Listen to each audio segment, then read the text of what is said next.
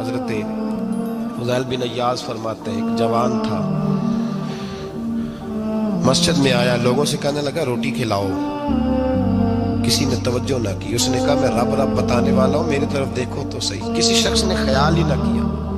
फिर उसने कहा यार थोड़ा सोचो।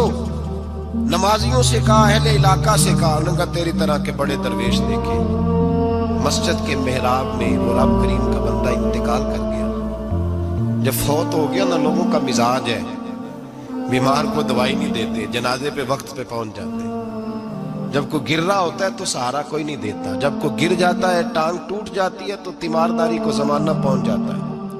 और बुजुर्ग, वो नौजवान अल्लाह का नेक बंदा मस्जिद के मेहराब में फौत हो गया। हज़रत फुज़ैल इब्न अय्याज़ कहते हैं, इमाम साहब ने ऐलान किया चंदा दो, कोई लावारिस फौत हो गया, कफन देना। चंदा इकट्ठा हुआ, कफन खरीदा।